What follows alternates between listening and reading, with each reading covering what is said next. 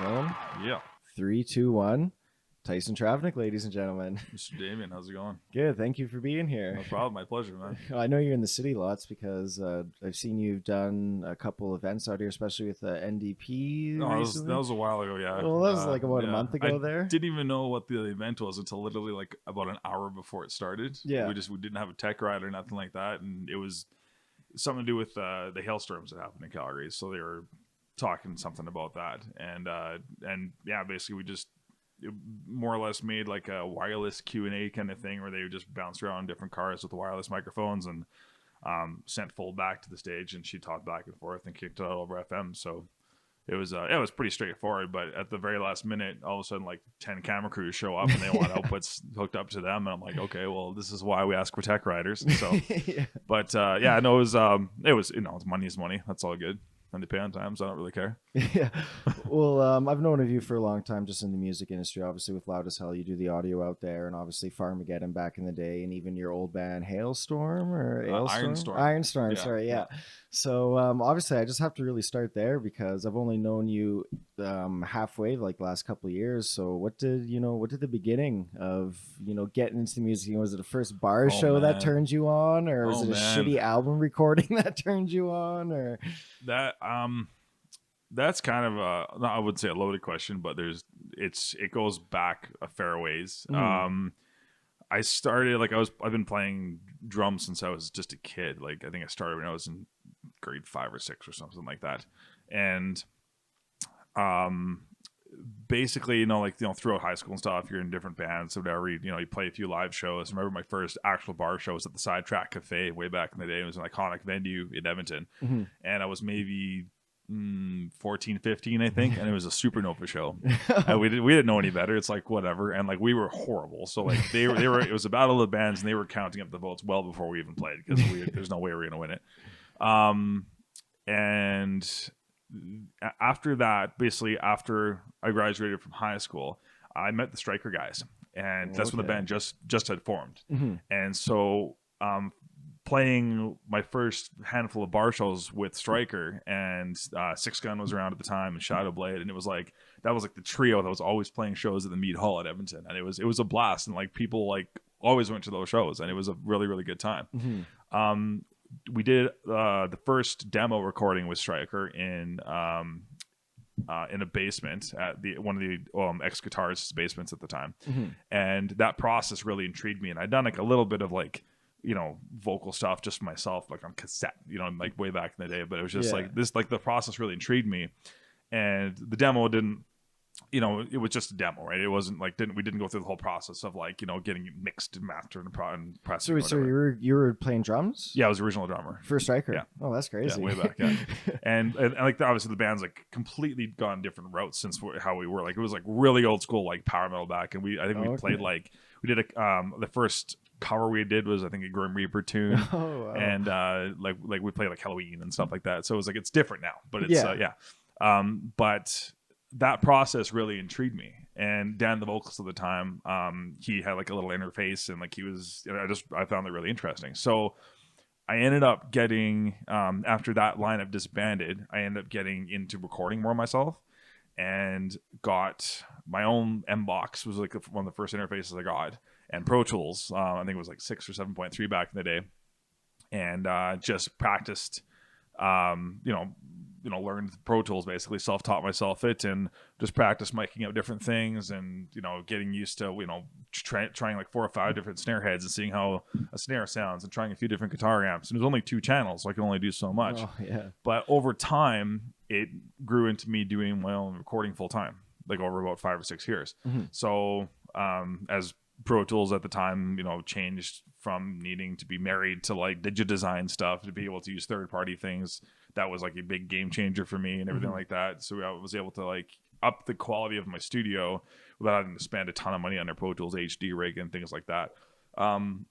So I did the recording quite a bit, and at the time after I left Striker, I ended up joining another band called Minax, and that was with Kerry McCutcheon, who used to play in Artillery. Oh, wow. And yeah, so and that was There's a few other guys in the scene that have been through that band too, and it was like it was a female fronted thrash band. It was pretty fun. Like same thing. We tried to put on a big show. We brought our own lights and things like that. Okay. We weren't very good, but it's like, but we always had a good turnout. You know what I mean? It was a fun show. So it was, and like back in the day, just more people went to shows. It felt like.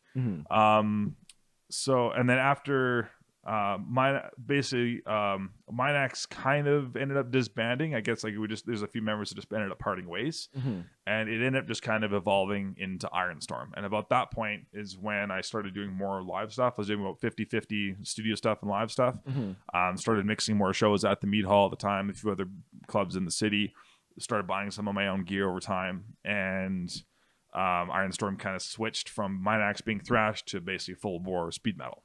And I missed that band. It was really fun. It just kind of dissolved. Everyone just kind of got busy with other stuff and whatever.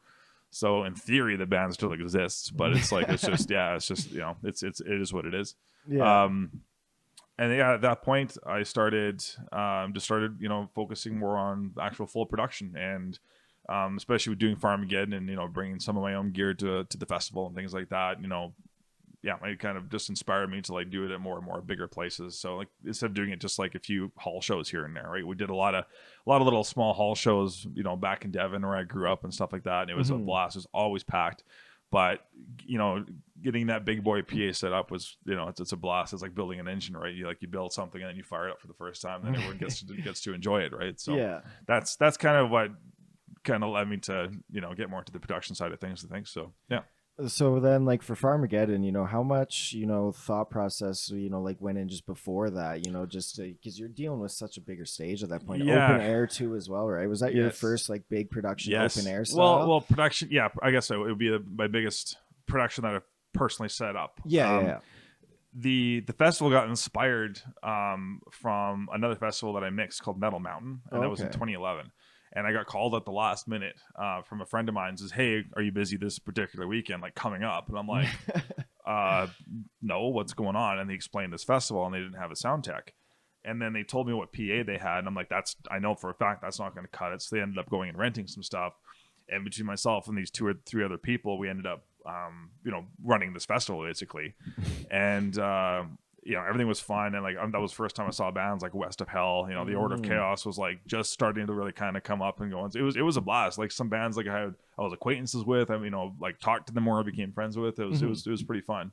And then after that, it took a couple of years of kind of testing waters with a few different things. Where can we put this festival and things like that. And then in 2013, we actually had the festival where we had it for the first year.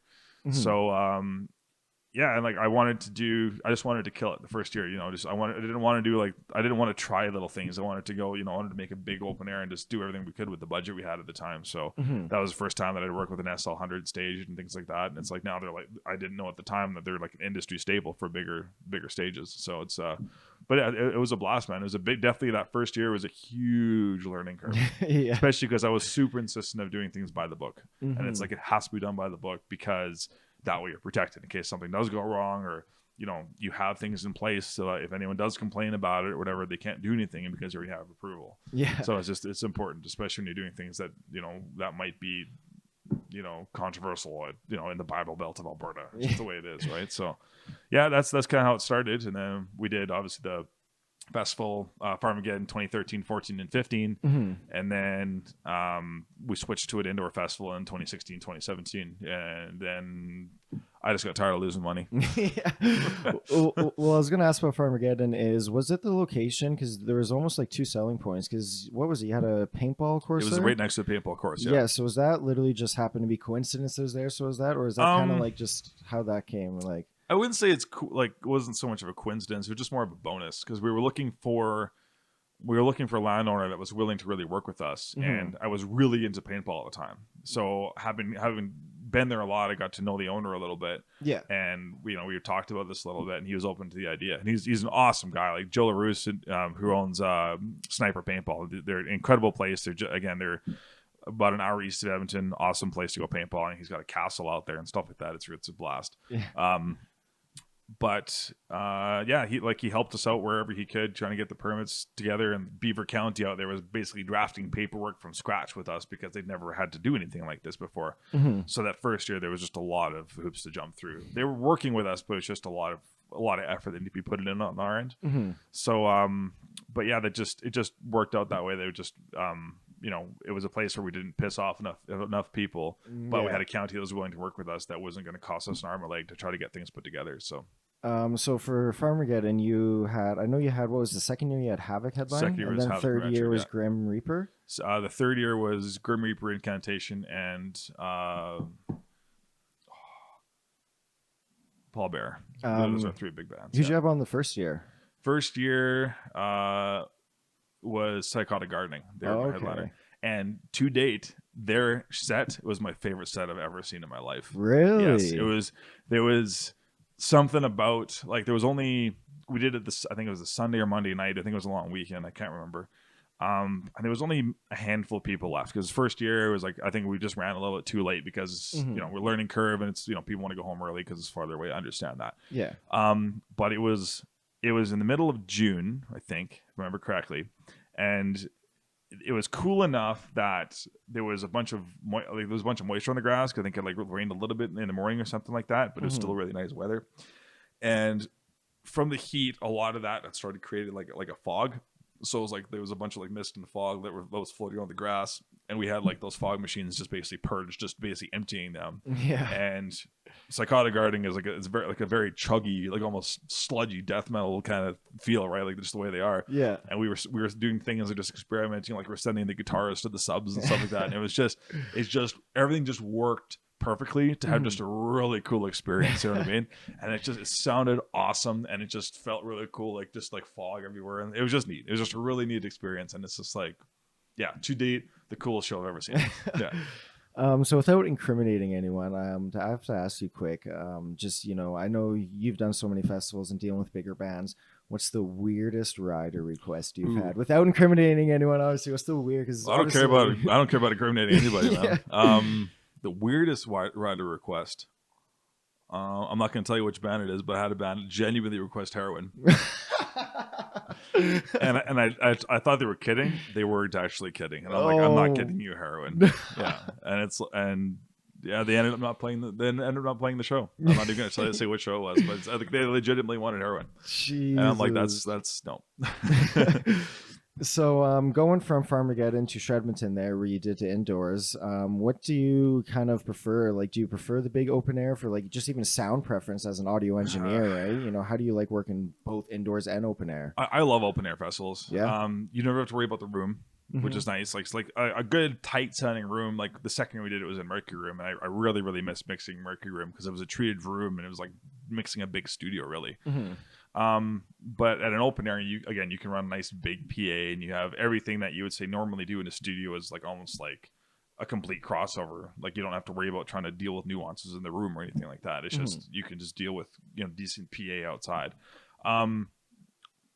Yeah, it's it's a give and take. It's obviously much more expensive to run an open air. Anyone, who's asked me, we have this and this and this, or looking to put it outside, I'm increase it by 50%. Because it's just, now you have to worry about, your power and your security and your fencing and your toilets and stuff, where that's all built into a venue usually.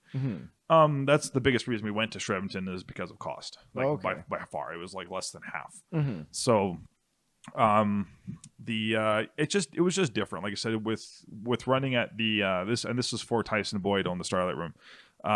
We did it at the Starlight and Bricks back in the day, and switched back and forth the first year, and it was again a little simpler because we didn't have to necessarily worry about providing manpower for some of those positions. I could just basically babysit both venues back and forth, and the venues had their own techs, and I could just make sure the festival ran, which was nice. We were able to run less on our own manpower, and our volunteer corps started kind of getting slimmed down a little bit because guys are getting tired and things like that. So that said, there was some volunteers that we had that I still consider really good friends, and they ran with me from day one all the way through, and they put an incredible amount of hours and all the way through the entire festival run we had. So it's it takes certain type of person to do that. That's for sure.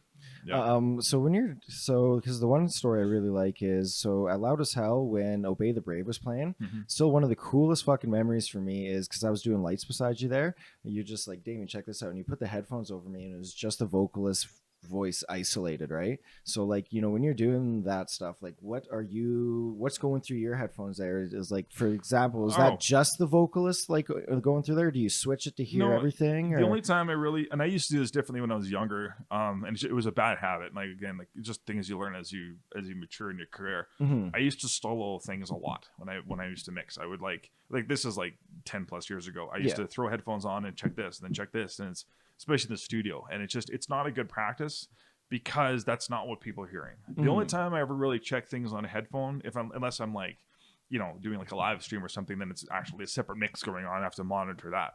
But if there's something that I'm just having a really hard time picking out what's problematic in it, then like if something's like a little nasally, or if something sounds like it's like maybe it sounds like there's like something that's just like really sharp somewhere or something like that, I'm like solo like a guitar or a vocal to see if I can pick out what's going on, and then I can fix it and try to find out that nuance that's weird, and then check it back with the mix.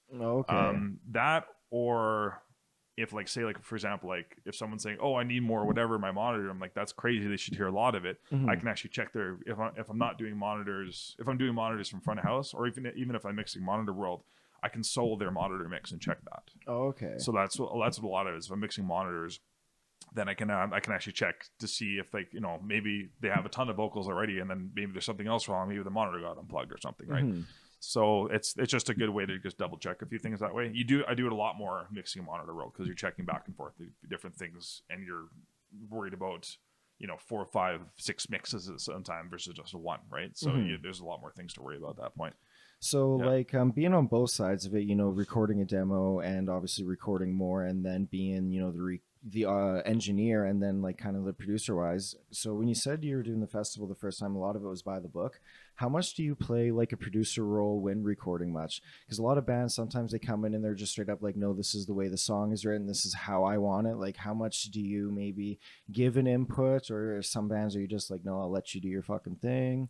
I usually ask them as soon as they come in and do a record, like, and I only do like, I might mix a couple records a year now, but before I was doing 10, 12 a year.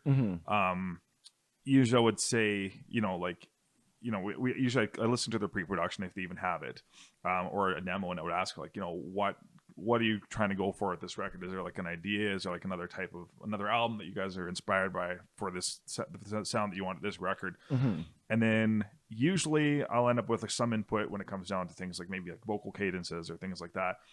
Being a drummer and just doing like some vocal stuff in my own spare time, I find that's one of my fortes, is like just helping with vocal cadence, making things fit. And all of a sudden I find like, wow, like you're really rushing this lyric, and I'm literally listening to it by itself and can't understand you.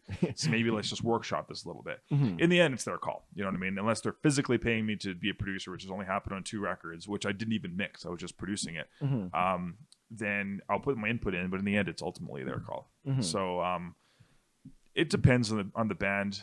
Usually the solo guys, they kind of have their own thing. So like there's some things where I kind of work a little bit, like, oh, maybe throw another chorus here, or maybe let's put a key change here or something like that. In the end, it's their call. But it's just that extra mind that you put in that throws some ideas their way they didn't even think about, maybe, right? So and yeah, in the end, unless you're getting paid to specifically tell them what to do, it's just an idea. So when Farmageddon first started, was Prairie Fire Events a company at that point, or? I used to own my own production company back in the day. It was called Garba Productions, and I started that in 2012, and or was it 2011, something like that. And that's when I started doing smaller shows. And that, so I ran the festivals under my own production company until I want to say it was 2015. Then we incorporated Prairie Fire Events as a not-for-profit. Oh, okay. And ran that as a not-for-profit until all the way through Shedmonton, until Shedmonton was done. Over time, like, we got out of the festival scene a little bit, and the company was just sitting there. So what happened is I ended up dissolving the company and basically just converted the name of Prairie Fire Events to my own company. And since then, even like this year, I incorporated that as a for-profit instead of being a sole proprietor. And so now I converted it to Prairie Fire Productions Incorporated, and that's under my own name. So Okay. yeah. When did Mitchell come in? Mitchell Nash. Giving him big port, Mitchell big Nash. port right now. Yeah. So Mitchell and I both lived in Devon. He was probably 13 or 14 at the time, and I was doing the studio stuff. And his mom called me or messaged me or something like that at the time and said, I've got, my son's looking to get in recording, and he's got like the equipment and stuff like that, and he's looking to get into recording it. And he asked, and I was running a studio, and asked if he could shadow me, and I said, yeah, sure, no problem. So he came in for a few records I did, and I helped him like set up a few things so he can record his drums and things like that. And yeah, we kind of hit it off, and I kind of mentored him a little bit over the years. And then he started coming and doing some shows with me and some like local shows, and he's gotten to the point where he's obviously developed like some of his own stuff, but his workflow, because he's done a lot of shows with me, has like very much mirrored mine. So I feel like I can trust him with a lot of my like stuff that I would, if I'm responsible for it. Prime examples, I had him mix shakers last night because I wasn't able to. I was doing something here in Calgary, and it's the first time he's even been in that venue, and he got nothing but compliments. And I was expecting that because I know he knows his stuff and he gives a shit, and that's what matters. So he's good shit. He's a bit of a loose cannon sometimes, but he's like, but professionally he's still good shit. So. What's the biggest difference from, going from, let's say, like a Farmageddon or Loud as Hell when you're working in like a big closed venue like that to, doing the Mercury or the Starlight or anything? Rest in peace, but there's really not a lot of difference. Like there really isn't. Like are you talking about just mixing it or? Yeah, even just for sound, right? Like, do you have to go loud? Like, are you able to turn everything up a decimal louder just because you're working in such a bigger area, or? You only mix as loud as you need to. That's really what it comes down to. If it's a big show and there's 1,000 people, then yeah, you need the PA to handle that. Yeah. People don't want to be deaf. You know what I mean? There's no reason to just kill people. That's a really rookie move as far as I'm concerned. There's certain venues and certain instances where you can only be above a certain decibel point. Like if you're mixing like say K-Days or something like that, you can only be above a certain point because it becomes a problem. You are actually going to cause hearing damage, and you have the capability of doing that. Or you can't be loud enough because you can't be a certain volume because of the area you're in. I know, for example, Starlight, I can't remember what the number is. Let's just say it's 90 dB for fun. They cannot be above that point because of where they are, because it becomes problematic with other businesses around it. And so they're pretty anal about keeping the door shut as much as possible and stuff. It's just the nature of the beast of where their location is. So, but yeah, that's a nice thing if you are doing a big opener somewhere like that and you're in control, you can do whatever you want at that point, right? But again, you want to make sure that quality is there before volume. So it just depends what it is. Like, and then I've had some of my favorite mixes have been in like small shows, like when Unleashed Characters did Edmonton. Man, that mix was like in the pockets. I was like pulling people out of the crowd. I'm like, dude, come listen to this. Like, it sounds like a record. like on headphones. Like, this sounds like I was like so pumped on that mix, man. It was like, but the band's good. The room is good. The PA was decent. It was treated. Yeah, those things have to all work together. Like a good band will mix themselves pretty much. Like you just make it sweet. You're not fixing things, right? So when you record live, like maybe even at the beginning or when you get an awesome mix like Unleash the Archers, like what are your decisions for maybe hitting record, like for the live production, right? Do you ever like maybe listen back onto it, maybe in the beginning and think what you could have done different or not, or? If I'm mixing something live, not really. Maybe every once in a while, I'm like, oh, I could have maybe mic'd this guitar cab a little bit differently. But what you're listening back to in a recording is totally different than what the PA is. So it's not like you do what sounds good for the room at the time. And like that's why a lot of people are like, oh, can you give me a 2-track back from the show? I'm like, sure, but unless I'm like doing something in post, like if I'm like EQing something in post for our headphones and for computers and whatever, it's not what the PA is. So I'm processing the band to make it correct for the room. So if you're only doing a 2-track recording, it's a real hit and miss. Sometimes they sound like a record, man. They sound really good, it just worked out, especially if it's an open air. But if it's a small venue and let's say there's a ton of guitar cabs, a ton of stage volume coming off the guitar cabs, or maybe the snare is really hot and I don't have a lot of that in the mix, you're not going to hear a lot of that on the recording. Oh, okay. So it just depends on what you're doing, I guess. But yeah, the the bigger the room and the more you're reliant on the PA versus the stage volume, then the more it's usually going to translate well to just a 2-track recording. If you're multi-tracking like we do for a lot of the festivals, it doesn't matter. Like with Loud as Hell, you know, I give Ryan all the stems. Like they're just the direct inputs before they get any processing, and then Ryan just mixes it after. Oh, okay. So it's an entirely different mix than what you're actually hearing from Funhouse. So yeah. So then, like, you know, being so like, you know, having experience, and you know, it's not like just for Prairie Fire, right? You're very established into it. What made you decide to get with the boys in DOD there? Just because it's not like you're joining, you know, just like a little startup garage band, right? Oh, we're well below a startup garage band. They hit that peak the day before they started the band. I actually did 2 of their records. Okay. I've known Sean for quite a while, like probably about 10 years, and I'm trying to remember. I know that Avery, their old drummer, was in another band with another member of Mongol at the time. I can't remember who it was. I think it was Tom Query. And I like the guys in Mongol were a lot of them guys were in Devon, and Luke, who was in Mongol at the time, was also in Ironstorm, so we were friends. And I think I want to say that I met the other guys in Display of Decay because Avery was in the band. I think I could be wrong. And then it worked out that I ended up doing their Outbreak of Infection record and our record, and I forgot the Dust of Existence, I think was the other one. And I did those two records with them. And then about, I think it was a couple years ago or so, they were talking about hiring me on as a sound tech, and they were doing some shows out east. They ended up not having the budget for it, which is fine. But they ended up going through some internal stuff and disbanding most of the lineup. Sean ended up calling me, and we talked back and forth a bit and brought me in as a drummer. And from that point, we recruited a new bassist and a new vocalist, and the band is, I guess, where it is today. So, and it's because obviously the lineup revamped a lot. The way the band does things and the feel of the band, I wouldn't say has changed a lot, but I'm not going to say it's better or worse, but like you know, at this point, you know, we're all on ears, we're all playing to a click, we're focusing on the live show more. I guess that's kind of part of having a sound tech in your band. Sounding like this. But I think that the band has upped themselves as far as production quality because we have the means to, I guess, if that makes sense. Most of the gear that we have in our rig I already owned, so it helped a bit. You know, the band all bought their own in-ears and things like that. But I guess everyone's on the same page, which is really good. So it's and we all you know, we have our own careers and things like that, you know, and we understand, like, you know, we're not going to get rich doing this, but we know that we want to be the best in what we do. So I think that's what's really important. We know we're not going to be rock stars. We want to make sure that every show we play is AAA. We don't want to play 1,000 times a year. We're going to try to play regionally once a year and then tour.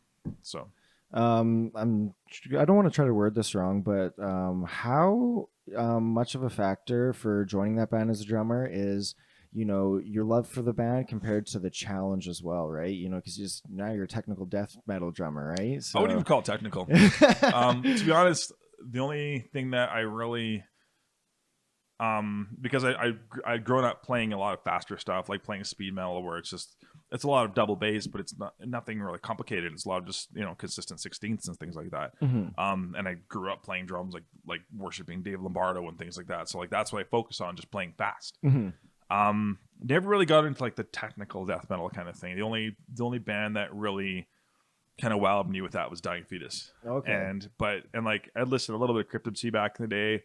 Not that they really like technical death metal so much, but it just never really was my thing. But with Display of Decay, they, like, you know, like Sean's favorite thing in the world, I'm sure, is Cannibal Corpse. So it's just you can tell it's in his songwriting.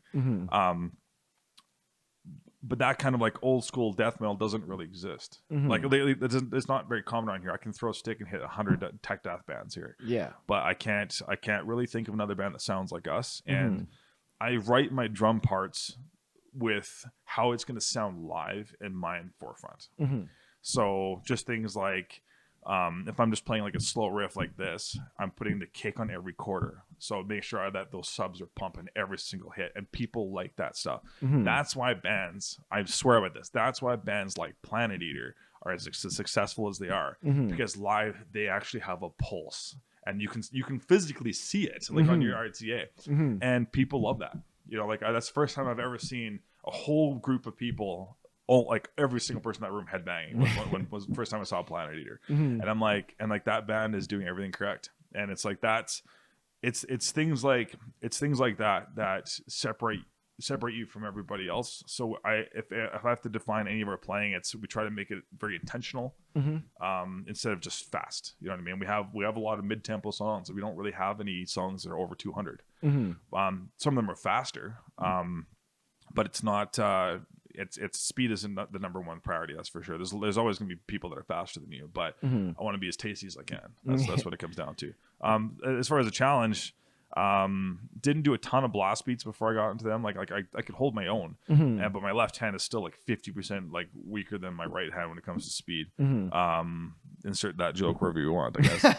but that's the biggest thing I've been working on, that and really quick triplets on my feet, and just making sure I play as accurately as I can. So that's the beautiful thing about playing with triggers, at least monitoring them on in-ears, is it's a microscope. You can tell things that I used to think I was playing correctly. Once I started, playing live with in-ears, the more I realized like I have to workshop a lot of this stuff. So yeah. Before I want to get into just what you guys have new for Dode there, you talked about Dave Lombardo being an inspiration. So it's kind of going to be a three-parter. What is like, more drums inspirations? What was also maybe like your mentor for coming up into the music scene when it comes to recording or anything? Did you have any audio engineers? Andy Sneap. I worshipped Andy Sneap when I was younger, man. To date, the best sounding record of all time is Doomsday Machine by Arch Enemy. I use usually 2 or 3 songs off that record for every single PA I ever tune, whether it's a church, it doesn't matter. It's always one of a song off that record. And usually I do that just to kind of dial in my bottom mids. And then I use Children by Robert Miles to get my kind of my bass down. And then I use He Is by Ghost, because it's got a lot of sibilance up in the top end. So if anything really pops out there, I usually hear it. And once I think I have everything dialed in, I play Billie Jean. And Billie Jean, it should rip. You know what I mean? It's an excellent, well-balanced mix, and nothing should really pop out as being wrong. And if something does sound weird, then I might go back and workshop my EQ a little bit. Okay. But that's kind of my process with system tuning. But but as far as recording, I just really liked how Andy Sneap, I just really liked how he approached everything. I liked how his mic techniques just gave him the product that he did. And I had a chance to meet him briefly at Noctis. Oh wow! And he was like, and that was like my number one reason I went, because none of the bill really interested me. And then a friend of mine's like, Andy Sneap's going to be there. I'm like, sign me up. I don't care how much it is. And it's like, so they had this like, I remember sitting there. And they announced, like, they have these like 5-minute like private mentorship things, and there's a sign up in the hallway. I just like got up and like ran to the hallway, wrote my name down. I was like super pumped to meet the guy, and just like I had like this little list ready to go, and that was pretty sweet. And actually, Noctis was a big inspiration for festivals as well, because I had a chance to talk to Andy from 70,000 Tons of Metal, which had just started kind of getting up and going. Okay. So getting some information from him, I remember myself and Kara were in my X was running at the time. Driving back from that festival, and we're just loaded with ideas, and like we're just so driven and all this stuff. Like the festivals were like in the back of my mind at the time, but I had all these ideas that I wanted to incorporate into my recording and things like that. It was cool, man. It was really neat. So when you get to like someone like that, it's funny because, for me who doesn't have much experience, I'm going to ask like, interface and blah, blah, blah. So when you see someone like that and get to meet him, what are some like the loaded questions you have ready for that?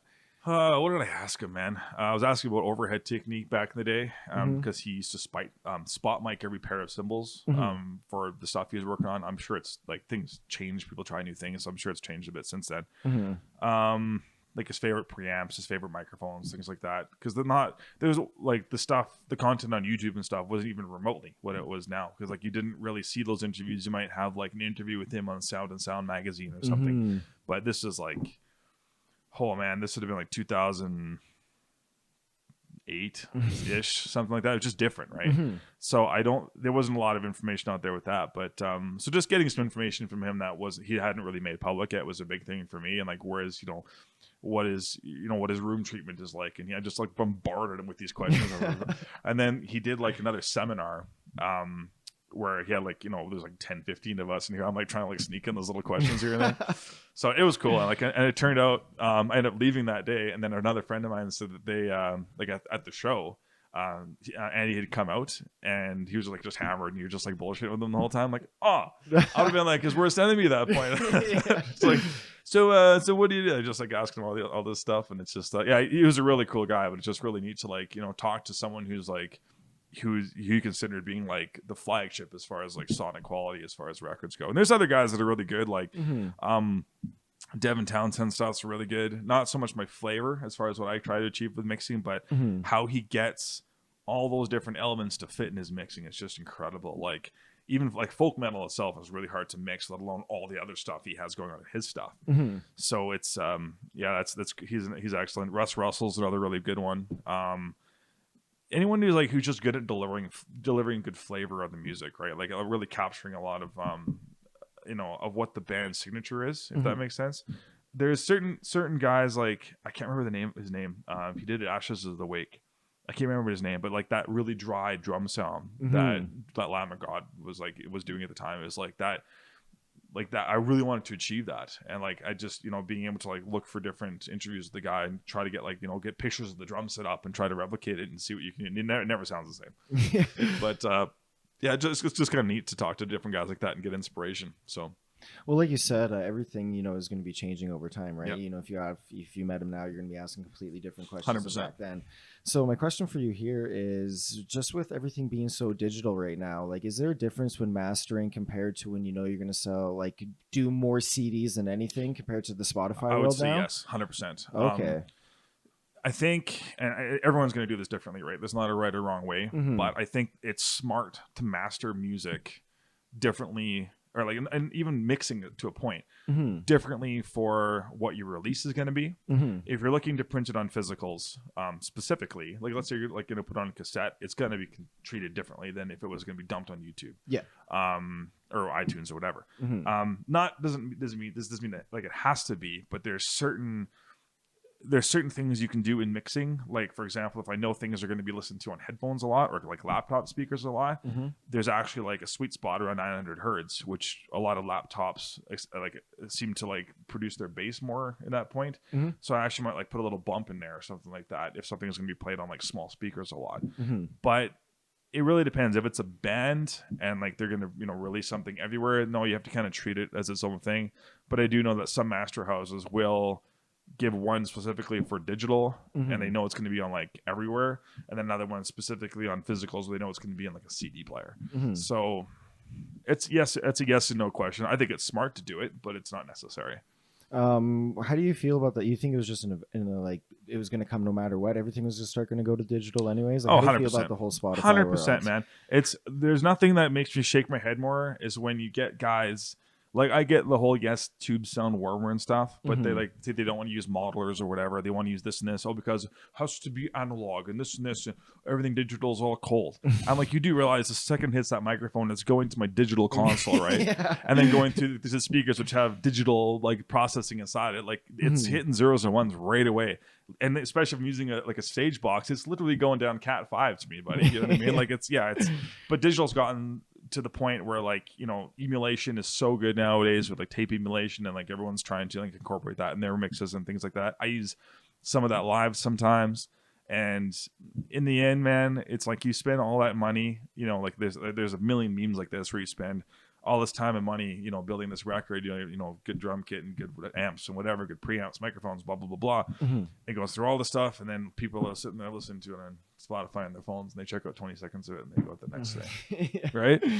And every scene is different, and everyone's going to have a different opinion on this, but at least from my stance, I am convinced that, especially in underground music, your live albums are nothing but a marketing tool for what your live show is now, because that's where the money is. It's 100% where the money is. If you sell and this isn't with everybody, right? Like there's a certain point where you're gonna have people that just want to buy your stuff for sure. Yeah. But I'm sure that your live show is gonna be a huge draw for that. People are gonna want to come see you live first before they even pick up your album. Mm-hmm. I think it's more important to focus on investing money into that first before spending a ton of money on making a record. Doesn't mean doesn't mean it shouldn't sound good, Mm-hmm. but the technology is in our favor right now that you don't need to spend a lot of money to get really decent sounding results. Mm-hmm. So yeah, I like, you can absolutely DIY half of it, DI your guitars, reamp them later, with heavier vocals, get an SM7 and throw it in a room with like a little bit of treatment and it'll sound great with a good decent preamp. Just rent it, whatever. Drums, yeah, you need a decent room, but with certain microphones you can get away with a lot, and then send it out for mixing. And you know what, let's say it's a 7 out of 10 versus that like 9.5 out of 10. You just saved thousands of dollars. That just bought you like a trailer for your tour or whatever, right? Like that, it just makes more sense in my mind. But yeah. So this is going to be kind of hard, but let's just take away this little pandemic here, because you guys are recording for the new DOD there. So let's take away the pandemic. Would you guys be more solely on focusing on a digital release or physical release? We have some different ideas of what we're kind of balanced around with. I really like the idea of, and I know the guys won't do this, but I really like the idea of just kicking music up for free if it goes with something else. So if like we're doing this with our CDs right now, if you buy like a shirt and a decal or something like that, you get a free album, right? But again, using that as a marketing tool, talking with a few other guys in bands that have been really successful. Like I was talking quite a while on the phone with Grant from UTA, and he was even saying like they get a lot of their momentum from their videos, and for sure there's like that's where people go for content a lot of times versus looking for a CD. And yeah, it's not the purest way to do it, and it's not like you don't get the best audio quality, but that's where people are, man. Like I get jaded by listening to good PA all the time, and I still listen to almost all my music on Spotify, and it's just how it works, man. People like that convenience. So I think it's, in our case, we're definitely looking to do a music video, and like that's if you'd have asked me 2-3 years ago, I'd be like, music videos are a waste of money, and now it's like I think like that's the key. Yeah. So it's just capturing people's attention. The music has to be good as well, but the thing is like people are going to watch things for a few seconds, but the longer you get them to watch it, the more they're going to remember it. That's the way this what kind of kicks it in my mind. As far as the new record goes, I think our plan is to release a single, and we're ready to do it. We're just waiting for Greg Wright, who's a buddy of mine. He owns Glass Audio in the city, and he's done quite a few records for other guys. I really don't like recording myself anymore. I've got like my ideas I want to do it, and like I may or may not mix the single. We'll see. But if I just want someone else I know who's good to help me with the drums at least, and then we'll do the rest DIY. And then from that point, we're balancing the idea of either doing a 5 or 6 song EP or just do another full length. So most of it's written, like the EP is completely written already; it's ready to go. But we have a couple of songs we're workshopping, and we might incorporate that into a full length. The new album's pretty dark. It's really dark, to the point where we've had, to this date, everyone we've asked about getting artwork done has turned it down. Really? Yeah. It's I'm not going to say what it is, but it's pretty. It's really dark, and it's What about time frame? Like, what are you guys looking to release that first single off? Well, like we weren't even like we have a show coming up here on the 3rd, like next weekend, and outside of that show, we're not going to take anything else on. We're just going to get the record finished over the fall and the winter. So the single hopefully should be done in the next like month or two. If not before, a couple months. But we're hopefully going to have the record done by the spring. That's the goal. And then we'll probably sit on it until we figure out what's going on next year, really, because we want to use it as a marketing tool. So we'll probably announce it when we're ready to tour and things like that. So, but we'll play it out by ear, see how it goes, right? So October 3rd, next weekend, that's when DOD does that show? Yeah. Wow, I didn't realize it was that close. I thought it was a couple weeks away. At least it's actually that close, to be honest. A lot of things can happen in that time. Yeah. What are your expectations? Like, you're playing a show. Like, I know. It's definitely testing the waters a little bit. And we we've talked to quite a few people that like aren't super comfortable with coming out to a show right now. We understand that. It is a very safe setup. Like being mixing there right now, there is a lot of there's a lot of precautions put in place. We have Lexan in front of the stage. AHS has approved everything. There hasn't been anybody getting sick there, and everyone is pretty good at policing themselves. So it's respectful.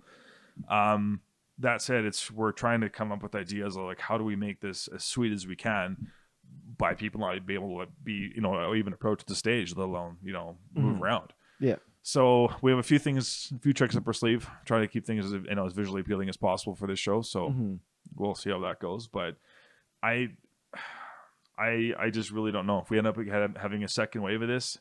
I'm sure AHS is going to do this and shut everything back down again. So burn them up while you can, I guess. Yeah.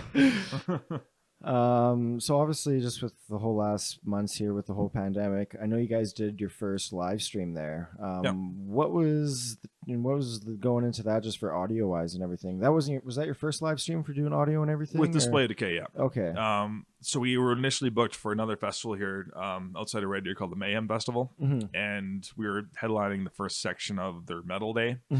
That festival ended up falling through. So at that point, like we actually initially planned to do a live stream from that show. Oh, okay. So we had like Greg, I bring him in as our front of house as much as possible. So I had him. I'd done a virtual sound check. I'd recorded stems, and we had done, because that show was going to be almost all live stream. It was going to be almost all FM.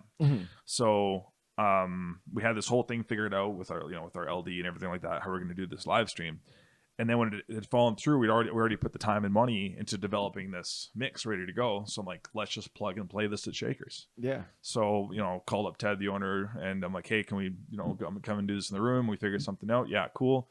And within a day we had everything figured out. So we brought in our, brought in crew and did the stream. And it was pretty much exactly carbon copy of what we'd had at Mayhem, with the exception of now we had, it wasn't so rushed getting our production down, so we were able to bring in some more lighting and things. So what's your future plans just for the live streaming? Because if I read into it correctly, Facebook's trying to get rid of the whole band live stream thing. I've read into that a little bit. I think it's just they're trying to get rid of covers. Okay. Yeah, it's more of a copyright thing, I believe. I'm pretty sure that you're still able to do a live stream for your own music.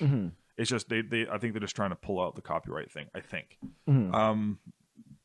We did have a conference with all the WCMA guys, like a video chat here last weekend, and we did talking to Nate, who does his own stuff, his own podcast and things like that as well. He mentioned that Twitch is definitely where it's at.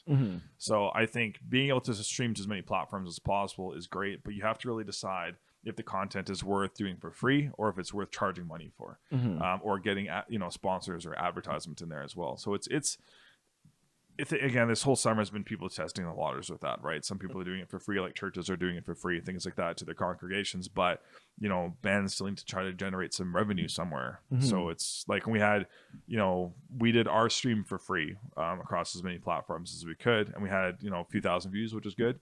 But we had a donation link there, and people did send donations in. So it's like people do want to help support it. So yeah, but again, it's also it's tricky to try to monetize a stream right now without being a really big band and having a huge draw right now. So it's tricky, but yeah, you got to test a few things and see how it goes. So so when the WCFMA came together there, was it nice, just having everyone that also does it, or like were you pretty close with everyone before? Like, what were you able to get for more insight, forming an alliance in Western Canada with all the festivals? Well, we're all like before we'd formed it, we're all friends, I guess. But we the reason we formed that was because of another festival that happened during Loud as Hell. And yes, the whole inspiration of forming that was to prevent that. So like, okay, let's officially combine our minds with this and make sure that we cross promote each other properly. We don't have any booking conflicts, and we watch out for each other's necks, basically. And yeah, like it's I don't know of anything else in Canada that's quite like that with festivals, which is really cool. Like I said, there's a few other places in Europe that have kind of started with that, but it's I think it's it's a really, really cool thing that Western Canada has, especially with heavy music. And it's nice. Like we spent, I think, like 2 or 3 hours just brainstorming about what can we do next year if the scenario A, B, or C happens. How can we keep things rolling somehow? So I'm not going to go into any details, but we have a few pretty good ideas, I think, and like some of them were pretty innovative, I think. And they could be, if some of them if some of the scenarios do present themselves, I think we could be even pioneers on like how some of these ideas take place if they do work out, and then maybe other festivals or whatever might follow suit with this. But we'll have to see how things play out. A lot of things can happen in 6 to 12 months, right? So who knows, man. Yeah, a lot of variables. Yeah. That makes sense actually on when everything happened and then you guys aligned that. That's funny. Fuck you, Beaverfest. I ain't afraid to say it. Yeah, it's yeah. Also, so now to switch it off, one thing I really like about following you on social media and everything is you're a big hunter. And the reason I'm super jealous of that, and I got to word this right, the reason I am super jealous is because nothing would feel better than bringing home fucking pounds upon steak and fucking everything. Like that is literally the only reason I would go hunting, just to fucking bring back all of it. You know what feels even better than that is putting it on the barbecue. Oh man. So what's your favorite? So actually, did you hunt with your parents growing up? Is that how that worked? No. Or? My dad did a little bit when he was younger. My dad's from Slovenia, and then he moved to Canada when he was quite a bit younger. And him and my mom met in a mining town that my mom grew up in BC. So they being in interior BC in a very remote town, like they did, a lot of people did some hunting. So he went out with some friends and stuff, but it wasn't really one of his hobbies. Him and I fished a bunch. But I got into hunting basically myself completely when I was 18 and got my PAL, like my gun license. And I was always really wanted to get into it and just, self-taught myself. I basically had to learn the hard way for a couple seasons, spend a lot of time getting nothing and whatever, but that's how you learn, right? Yeah. And just over time, just, get more contacts, you get, some people that kind of mentor you a little bit along the way, and you start passing that off to other people. And your experience grows and gets you more successful every year, right? So there's a rumor the first one you kill, you got to eat their heart, like take a bite out of their heart. Never heard of that one. Okay, but I absolutely keep their heart and eat it. Yeah, it's a muscle. Oh yeah, and it's actually extremely healthy. What do you because like so I grew up in BC, so I obviously have my fair share, right? Like moose is my fucking favorite. It's so good. So like deer is pretty good, but compared to moose or anything, it gets a little old after a while. It does. Like so what do you go for? Like does it depend what's in the area? Like how does that work? So I'll try to do this as in the most condensed version possible. Yeah. In Alberta, we have something called WMUs, which are wildlife management units, and the province is split into 5 series. So there's like the 100s, 200s, and so forth up to the 500s. The 500s is more northern Alberta, and 200s are more central Alberta. 300s are like the northwest, I guess. The 100s are southeast, I believe, and then the 400s are. I don't remember what the 400s are. They're kind of like, I guess, more southwest, I guess. And each of those series has their own, for the most part, has their own start dates as far as the seasons go. So most of the 300s, for example, like out like Edson and Hinton and things like that, the hunting season starts September 16th for big game for rifle. And it runs until the end of November. Whereas Central Alberta, for example, most of Alberta, to be honest, starts November 1st for big game and then runs until November 30th for rifle. If you're a bow hunter, it usually starts earlier, like August or October, depending on the area. You get more opportunity that way, just specifically for bow. It just depends. And then the tags are allocated to rifles as well, or like to firearms and bows a little bit differently. There's some places where you can hunt without needing a draw. Like you can get a tag every single year if you're a bow hunter, but you need to put in for a draw if you're hunting with rifle. Just depends on what it is. So in general, you can get a general whitetail tag every year if you want for whitetail deer, which is either a buck or a doe. Some places you can buy a supplemental tag, which allows you 2 additional antlerless deer, so a doe or a fawn. And depending on the regulations, which change every year, you might be able to use one tag at one place and another tag in another place for your supplemental. But your general whitetail is good across the province. There's a few other places you can do that with elk if they're 3-point or bigger as well. But a good chunk of the animals will be on a draw system. So every year you put in you put into the draw. It's like $2. It's like around $2. And if you don't get it that year, depending on how popular that area is, your priority starts going up. So I should have gotten my moose this year in the place that I normally put in for. It's been like 4 or 5 years, I can't remember, but for some reason I didn't get it, so I really should get it next year.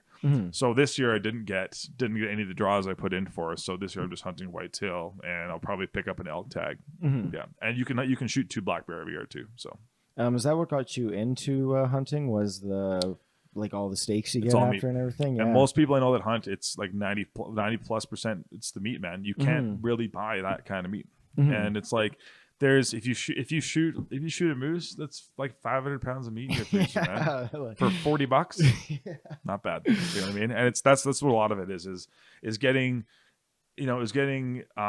healthy meat. Like deer is extremely lean, and you have a whole different side of your palate that you can now adhere to. And you get, I really like the I know you had Gord Alexander on here, and you guys were talking about the whole smoking thing, and he's more into that than I am, which I'm envious in. So like we've kicked recipes back and forth a little bit, and like I'm sure we'll do that some more once I have my tags filled this year.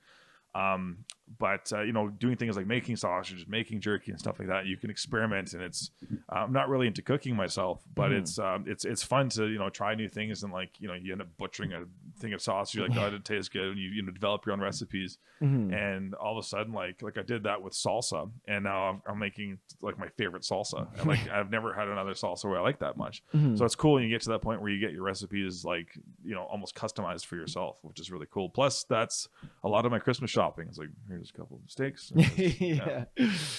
So I guess trophy hunting would be the wrong word, but now that you're into it, is there anywhere you would love to go and maybe shoot something super fucking wild? Obviously for the purpose of eating it though, right? But is there anywhere in the world where you just thought of I would love to go shoot just because that it would just the experience of eating Alberta. Somewhere else? We have trophy hunting here, man. We have world-class hunting in Alberta. If there was a close second, it was Saskatchewan. Okay. That's it. Not really, man. Like I said, we have world-class hunting here for reasons, and people spend a lot of money to come up here.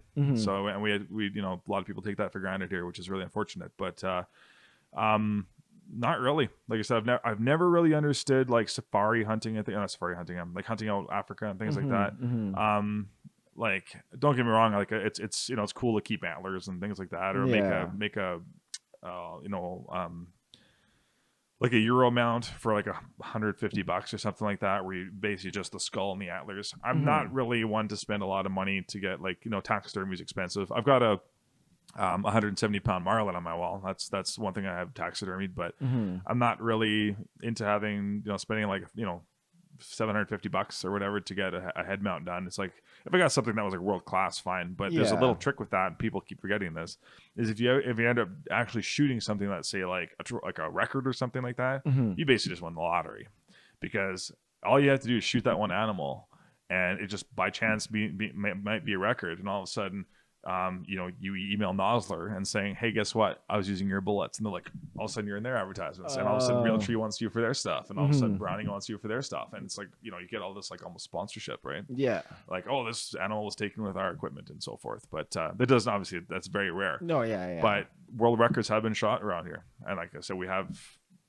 trophy hunting up here, and it's world class. So not really anywhere else I'd really want to go, man. Not like for fishing, yes, but not for hunting. They said it's they say you knock down an elk or a moose, and that's a lot of meat in your freezer. There's not really a much much bigger game that you could really do, especially North America, that are going to do that. So yeah. Well, that's why I brought it on my jealousy part. It's like, I'm not jealous of the going out and shooting it. I just know that's what you have to do to fill your fucking freezer for years, right? So that's the way I look at it. It goes quick. It goes really fast. Yeah. It's there's not as much meat on a whitetail that you think. Even like you shoot a big buck, you might end up with 40-50 pounds of meat, once it's all deboned and everything like that, which is still a fair amount of meat. And if you were to somehow find, if you were to say Jasper at Banff and buy, that'd be $1,000 of the food right there, right? But there is a saying that no one likes to accept, but whitetail is the most expensive game in the planet, because you end up buying all this equipment to get it. But you don't necessarily need to get all the all this crazy stuff to go shoot it. I'm a firm believer that camo is designed for hunters. Like there's a few, I think there's a few game out there, a few types of game out there where it does apply to like wolves and things like that, which see differently than deer. But I've shot just as many deer wearing a Cannibal Corpse shirt and blue jeans as I have wearing Cannibal.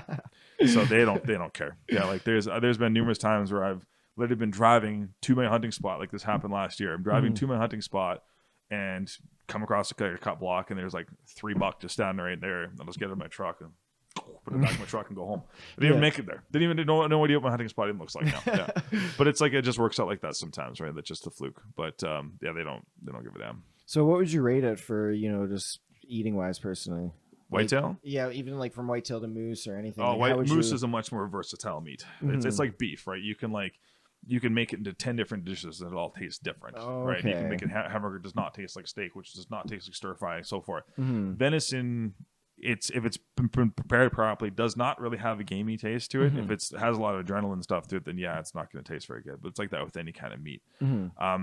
But even if it's like prepared perfectly, it can be really, really good when you first have it. Like it's the most tender steak you'll ever have is the back straps off a whitetail. It's so lean, which is why you actually have to mix it with other fat if you make things like sausage, because there's no fat in the thing, so it just falls apart. Oh, okay, yeah. But after eating that for a couple weeks, it just gets a little boring. Whereas moose, it's super, super versatile. So that's, if I was to go with anything, it'd be moose. What about bear? Have you ever had bear? I've had bear jerky before. I've never. I used to buy a bear tag every year just to have in case like that opportunity kind of presented itself. I would still, if I shot one, I would eat it. It's the only animal in Alberta where you can legally leave the meat and keep the pelt. Whereas every other animal is reverse. You legally need to keep the meat and you can leave the skin. Oh, wow. People want bear rugs and stuff, I guess, but it's like I don't understand that concept. I'm like, if I shot a bear, if nothing else, I would grind it up into sausage. If nothing else, right? And mix it in 50-50 with pork or something like that, but burn up the meat, at least use it. Oh, okay. But I don't really, and like bear is really, from having friends that like hunt bear a lot, it's a real shot in the dark is how it's going to taste, because I know if you shoot one in the spring, they've absorbed all their urine over the winter, so there's kind of a rule that until like there's a lot of green on the ground where they've had a chance to kind of expel that out of their system, then they won't, they don't taste the greatest. But in the fall, they've been eating, like, it depends what they've been eating too. If they've been eating like berries and stuff all the time, apparently that's the way to go. Yeah, if they've been eating fish and stuff a lot, it tastes a little different as well. But if you're going to shoot, because you can shoot one in the spring and one in the fall for black bear. But if you're going to go for it all, apparently like the fall's the way to go. So how was your stomach for your first gut? Like for gutting? Oh, no problem. No problem. Like I said, I grew up like gutting fish and stuff like that all the time. It's just part of it, man. Yeah, I had no issue with it whatsoever. I've got a pretty strong stomach with that kind of stuff. You just understand that it's part of it, and you respect the animal, and then that's it. And I just made sure that I was a good shot before I ever shot my first deer. I spent a lot of time just practicing, because like I want to basically put my wallet on the fact that I know that deer is going to go down. You know what I mean? I don't like. I've mentored a few people that I don't want to take hunting again, because they just want to kill something. Yeah, they don't understand that's 10%, not 10%. It's like a 1% of what the actual thing is, right? Some of my favorite hunting trips I haven't even shot anything, and it was there's probably my best memory of hunting was I was in a blind with a friend of mine, and a blind is like a camouflage looking kind of tent, and we both had deer tags, and we saw there was a cow moose, and he was just sitting there like in the bush a bit, and he was just grazing, and all of a sudden buddy's just elbowing me. He's like, dude, look, and I'm like, what? And like literally right next to this blind is this calf moose. And like can kind of like tell like this isn't like part of the bush, and like I really hope this little calf's still like 200 pounds, right? Like it's still like got some meat on him, and I'm like, I really hope like mama doesn't freak out here, right? And it's like I kind of like looked at it for a bit, and Buddy's like, get out of here, and the calf just like, whoa, just ran away, and the cow kind of ran after it. But it was neat, man, like having an animal like literally a foot away from you and have knowing idea that you're there is so cool. Yeah, that's so cool. Yeah, it's it's like those things like that are just neat. Or like I'd be sitting in a field like on like a little knoll or something like that, just watching a cut line, and I've had a mouse come up and like sit on my boot and just like sit there, and I'm like, there's no idea I'm even there. I'm like, that's pretty cool, right? And it's like, and then you said, going around. It's like, but it's just a pretty cool stuff in the bush, man. That's a huge part of it for sure. And then that extra bonus where it goes from dead calm to all of a sudden like a really nice buck coming out, and your heart just does this really quick, and that never gets old. That never gets old. Is this something that your daughter's been taking interest to as well? Absolutely. My daughter loves hunting. Awesome. And I think it's really important to teach your kids, especially with meat, where it comes from. Whether she ever wants to get into hunting, like, when she's older, I'm never going to force that on her. If she decides when she's older that she doesn't want to get into it, at least she has the life skill, and she appreciates that, and she understands why it's so important, whether it's bought from the store or we get it ourselves, that you do not waste food, especially meat. An animal's died for that. It doesn't belong in the garbage. That's huge. And just she wants. I haven't let her. This is probably the first year I'll let her actually see me dress a deer. She's seen it skinned and everything like that, and she's helped butcher it and stuff before, but she hasn't seen the guts. But she specifically asked me to see that this year, because she wants to know how everything works. And I'm like, 100%. You know what I mean? Like, that shouldn't be something. Violence is different than gore. I'm a firm believer in that. It's like if you're respectfully harvesting an animal and going through the process of taking its entrails out, that's not violent. You know what I mean? I don't feel that's violent. That's just part of sustenance. You know what I mean? So it's literally two completely fields of 100%. Shooting for food and for trophy. 100%. Right? And even guys that like I've got a friend of mine who's a guide, and he brings up Americans all the time to shoot here, and they just want the heads. But you know what? That's fine with me, because he'll call me and be like, "Hey man, I got a muley hanging in the garage. You want it?" I'm like, "I'll be right there." It's free, and it's a nice deer sitting there. It's all skinned, ready to go. Here's a bill of lading. Sweet. Awesome. Yeah, can't go wrong with that. So they can shoot trophies all they want. That meat will never go to waste. You know what I mean? Like, someone's always going to use it, because it is technically illegal to waste the meat. But I just don't understand the concept of like spending all that money just to get like antlers. Like, dude, you want antlers? Go walk into the bush in like the late spring where all the deer have shed their antlers, and like I've got like a couple nice racks in my garage. I haven't shot them; they're just laying there. I'm like, perfect. You know what I mean? Like, whatever. So one of the last questions I want to get on here is, one of my favorite things about when you do audio for Loud to Sell is after the main band is done, YMCA or any of this other fucking shit comes out, and everyone's hammered, just enjoying it. So the question is, why is that? And then also, what does your personal playlist look like? Oh, dude, 90s pop is awesome. Everyone loves 90s pop. And it's like, I was actually on a podcast quite a while ago where they said, what's your guilty pleasure? Is there anything you're embarrassed to say you listen to? I'm like, I'm not embarrassed at all, man. Backstreet Boys rip. They do. And it's like, like the songwriting is awesome. It's like everyone grew up with that. Everyone knows it, and everyone just has a good time. You know what I mean? It's like, 100%, man. It's like, like you gotta have some fun with it. It's like, no one's, I'm, what's the word? I've got enough confidence to admit that. I know I just don't care what people think about it. Yeah. So it's like, man, it's like, I don't know, man. It's a good time. It's a good time. And like, it's fun to sing too. It's fun. Like, it's good to practice with. And like, there's a couple of guys I'm talking to right now. We're putting together like 90s, 2000s kind of cover thing just for fun or whatever. And so I'm doing vocals on that. Awesome. So it should be a good time. But this is a good time, man. It's just a good time. No one's ever complained. And there's nothing funnier than watching like a black metal band like headline a big show, and then you throw on like Christina Aguilera, and everyone's just like, everyone's actually no one cares. They're sitting there in the garbage pan, whatever, man. No, it's funny because I would like wake up the next morning like, you remember you doing the YMCA like everywhere last night? I'm like, oh my god, hell yeah, dude. It's a good time. So really, what's next? Just because obviously with the whole pandemic, people in your industry have been hit the most from it, right? So, and obviously I hope I'm wrong, but Wave 2 is supposedly going to happen, right? I hope I'm wrong, but it's supposed to be round 2 of everything. So it's kind of hard to ask what is next, but really, what is next? I feel really lucky that myself being a dealer for quite a few brands, I've been able to do some sales over the summer at least. So, which has been really sporadic. It's sometimes it's like a building wants to say upgrade their PA, which is great. But a lot of it is small format stuff, like I need a microphone here, or set of headphones or stuff, which is great. But that's not really what pays the bills, especially when production season is so seasonal here. Like, come especially in Alberta, just the way our seasons work, come, late May, June is just boom. And then, come like, right about now, it just starts really falling off. There's a big lull, and then maybe a Halloween thing here or there. And then corporate season usually picks up. There's like a lot, like some expos and seminars, Christmas parties, those things, which is great. And then usually totally dead for like, unless you're like really into the corporate world, then early spring is usually pretty good because that's where like a lot of the expos and like get-togethers are for the professional world. But again, we do more rock shows than that, right? We do some of that, but not a lot.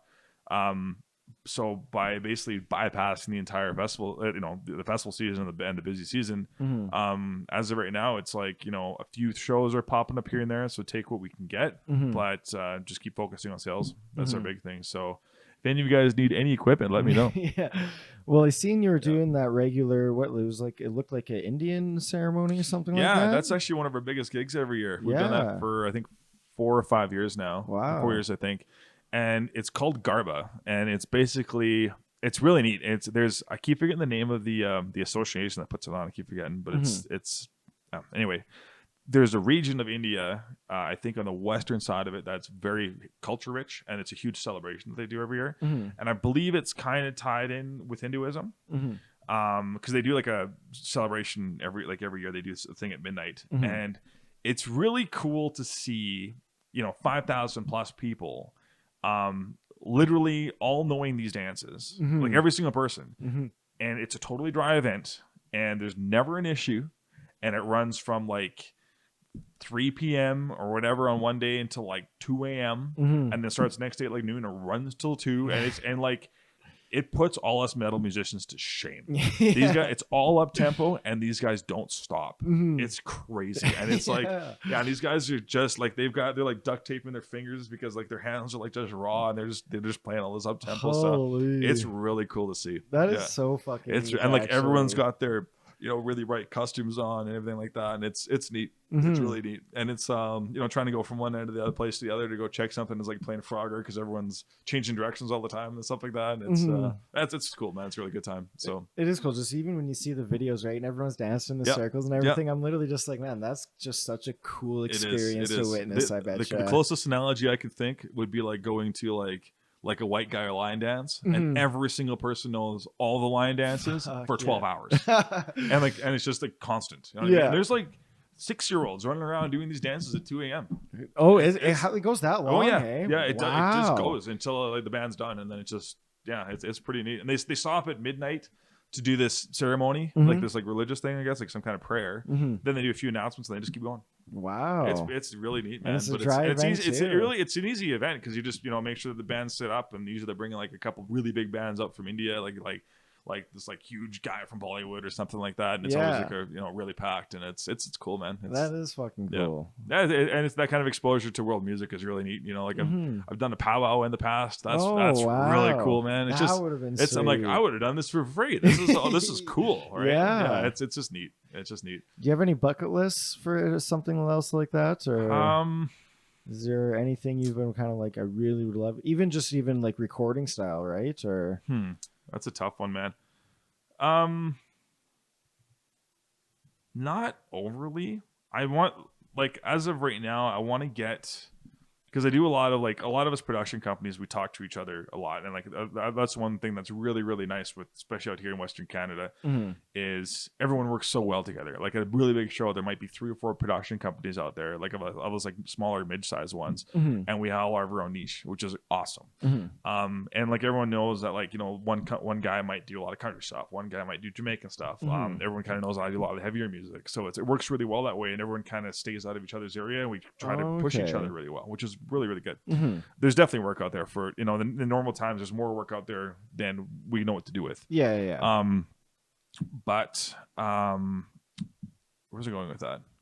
Out of all that together, I would love to get more into the system tech side of things, and I know like some stuff, but I would love to get to the point where I've got a lot of big PA and I'm able to go do festivals of 20,000 plus people and just design the system. And I've seen guys do this where like they bring in all these tools I didn't even know about, and I'm like, I get my stuff, I'll tune the system, and it sounds decent, and then they'll spend like 3-4 hours on it with these tools, and then they literally turn up the band, and it's like the band just gets closer, and it's like, how did you?